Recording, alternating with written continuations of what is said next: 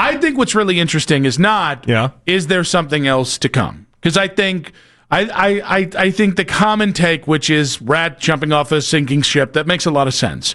It'd be weird if this move happened and then everybody else stayed. The question is, how deep does the cutting go?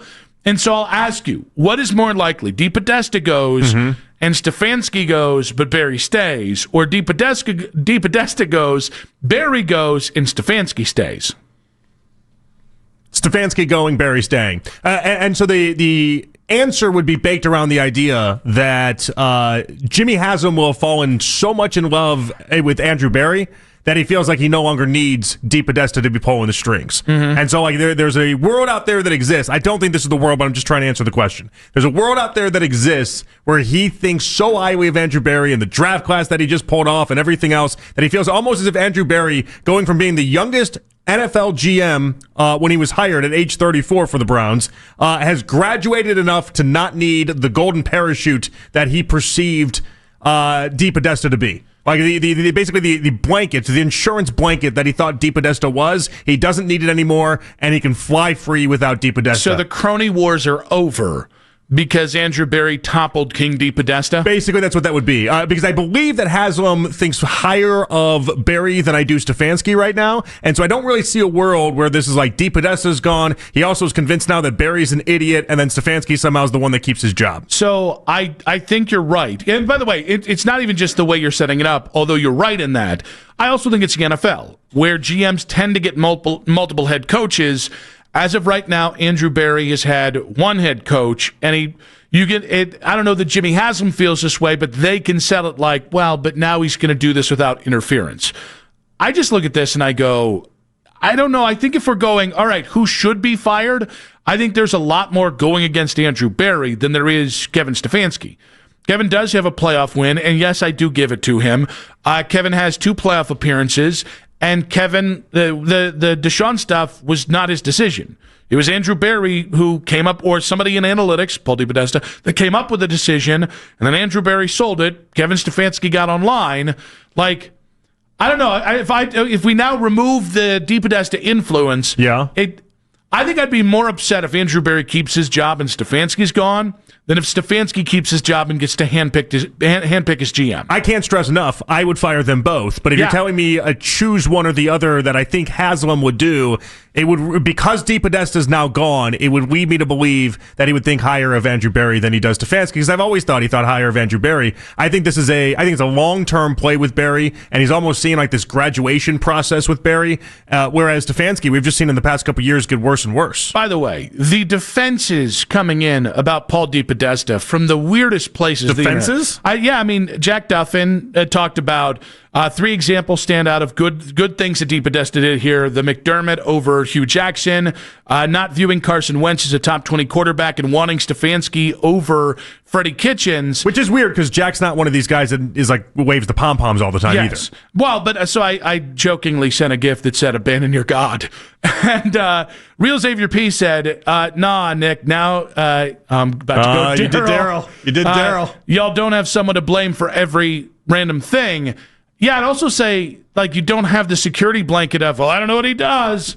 Here's what I know he does. Here's what Paul DePodesta does. 56, 99, and 1. That's all I need to say. Listen, Kevin Stefanski wasn't here during the tanking years, which, by the way, you didn't really pull off the landing on that one. Mm-hmm. You got real close. You had the talent. And then the guys that DePodesta wanted in here were the guys that helped screw the pooch on that. Right? Oh, God! But Kevin wanted but Paul wanted Kevin. You mean a sub 500 coach who's got 1 playoff win in 6+ years? I don't get this. I don't know what he did. So how can we really celebrate this? How can you celebrate him having a job after 10 years? I don't get it. Xavier P, love you, buddy. Yeah, I don't understand that. Jack, respect the hell out of you, man. You do a lot of good stuff with the cap. Respect the hell out of you. If your reaction to Paul DePodesta getting fired is, this is bad for the Browns, I don't know. I don't know what we're doing here. Yeah, I don't see that either. I don't. Another, if we're talking about which one stays, which one goes, Are you reading anything into the idea that because DePodesta was the one that really went hard in the paint for Stefanski to get the job to begin with, you're always going to be beholden to people that you try to get jobs for and that you actually succeed in getting jobs for, that this would then open the door in regards to him getting rid of Stefanski as well, because the number one defender, it seemed like, of Stefanski at this point had been DePodesta. Yeah, this. By the way, yes, for whatever reason. It could be that Jimmy wants a stronger-handed head coach, and Paul didn't want that because of Hugh Jackson and Freddie Kitchens and whatnot. I think that's another way, like another thing that builds into your philosophy there. If you're going to go to bat for Andrew Berry, the ideal would be that Andrew Berry has shown some evolution within the time that he's been here, and he is right now showing the best job that he's ever done, whereas Stefanski's not showing the same. Okay, the problem is his roster construction sucks. I agree with you. Even if I give you 4 draft picks. I would have fired him last year. But like, this is, if you never hit a roster pick and then all of a sudden you have a draft where you hit what looks like 4, potentially 5 roster picks, you are at a high for where you are, even if that high is not necessarily as high as, let's say, other GMs across the NFL. I just think the problem with this is you're giving him 4 picks when the rest of the 5.5 years has not been good. Right, but on the other side at least with Stefanski, I can give you 11 wins in a playoff win. No, but what are you giving me? In the previous 2 years, you're giving me a collective 5 wins. Yeah, but why should recency bias matter when we have 6 years to react to? And again, like, I'm not trying to sell like Kevin Stefanski. I got a great leg to stand on with Kevin Stefanski. But nobody has a great leg to stand on either of these. Because is the problem. My biggest problem with Kevin will always be he's not a leader of men, and that will catch you one way or another in the NFL. I would think that they're making the argument that there's some corner that had been turned and some sort of evolution of Andrew Berry that wasn't able to exist because of the golden handcuffs that the Deshaun Watson trade, that even if he facilitated it, put him and the organization in. See, I think let's just go there, though.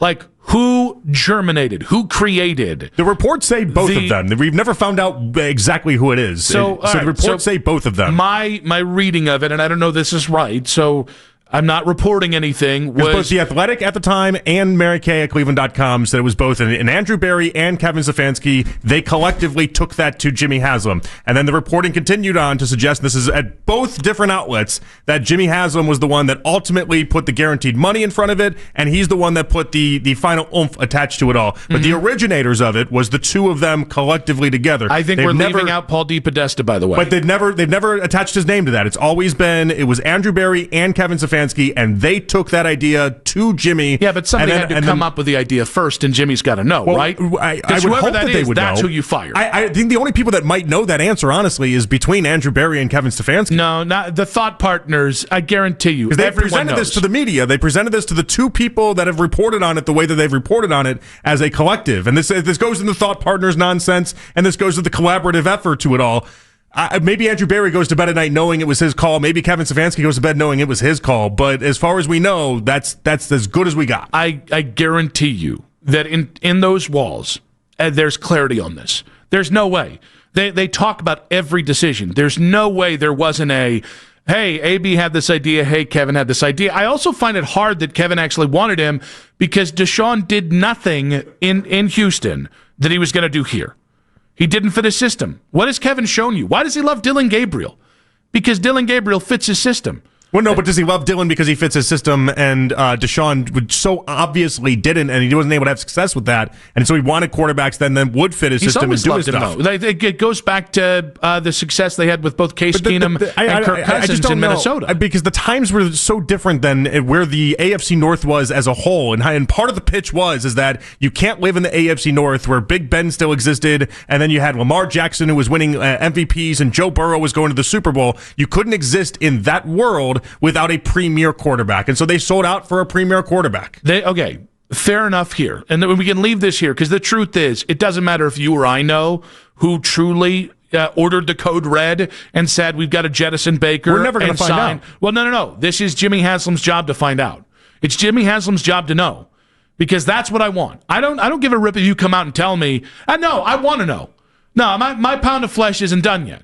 I want Jimmy Haslam to come out and say, I was sold on this idea, instead of doing the thing that he did, which is, there's blood on all of our hands. No. That's all you're ever going to get. That's all you're going to get. I've had 5 years, now 6 years, of a lack of clarity, of a lack of, hey, this is my job. Hey, Paul DePodesta can do everything or nothing. He's Kaiser freaking Soze, right? I want the era of a lack of transparency from the Cleveland Browns. I want it to go the way of the dodo.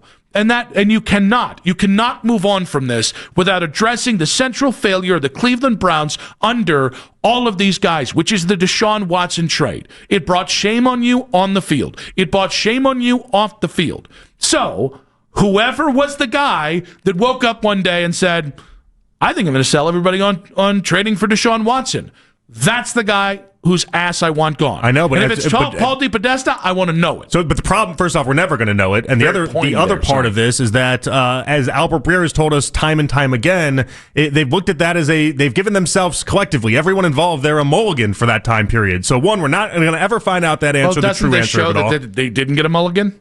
If Paul DePodesta, Paul DePodesta was ushered out of Cleveland, way too late. No, way too late. No. So it has to be a specific time frame. There's a statute of limitations. Yes, once Deshaun Watson got injured last year, and that last offseason, that's the time that everyone should have been fired for the Deshaun Watson nonsense. Now we are in the bonus time. Now we are. If we're playing with these mulligans that everyone's telling us in, we're in the extras. This is it. And the idea that it even took this amount of games, they had a chance this season. If Joe Flacco had been awesome this year and they'd been winning 7, 8, 9 games and we're doing great as far as the division is concerned, I would bet dollars to donuts DePodesta's not stepping away today. Unless this was meant to be the poison pill year, and this has always been Jimmy's plan, no matter what he said to the media. Well, again, there's a lot that is on the table here. I'm open to the idea that it was always the plan that at the end of this season, they would then fire everybody, they would clean complete house, and then everything could be in order to start up next season. But even within all that, I don't know that is the as immediate response to the Deshaun Watson debacle to make it all about the Deshaun Watson debacle, even if you and I know that at the time they should have just done it right then and there. And here would be my thing. Because the mess was too large to hire anyone of consequence at that point. You're probably right that I'm not going to get the transparency I want. But you can tell me with your actions. There's an organization that says one thing and then does the other, right? There's a lot of that going on with this organization. So if you pick one or the other, if you pick Barry to stay and Stefanski to go or switch it up, you think the one that goes is the one responsible for Deshaun? Because you would have to be the dumbest person on the planet to keep the guy that came up with the idea and run the guy who had to be sold on it. As of right now, that's the impression that they're giving us. I'm not disagreeing with you. Until proven otherwise. And again, Mary Kay was just on the station this morning saying Stefanski's as safe gets. And she's been consistent about that theme. Now, I would not bet on Jimmy Haslam ultimately seeing that through. That's what I continue to tell everybody. But as of right now, nobody is truly paid for the Deshaun Watson fiasco. And if they wanted to make DePodesta the fall guy in that, or not even the fall guy, the guy responsible for it, they would have done it a year ago. 216-474-0092. Paul DePodesta going back to baseball. If Haslam decides he doesn't want to clean the entire house, he just decides between keeping Kevin or Andrew. So you got to keep one of them. Who you keeping? I think this year has been my year of I'm done with Andrew Berry because the roster construction sucks, the drafting's not good enough, and I would guess he has to be the guy that sells everybody else on the Deshaun thing. I just would be really. But by the way, to back what we said earlier, I still think it's a better chance Andrew's here next year than not.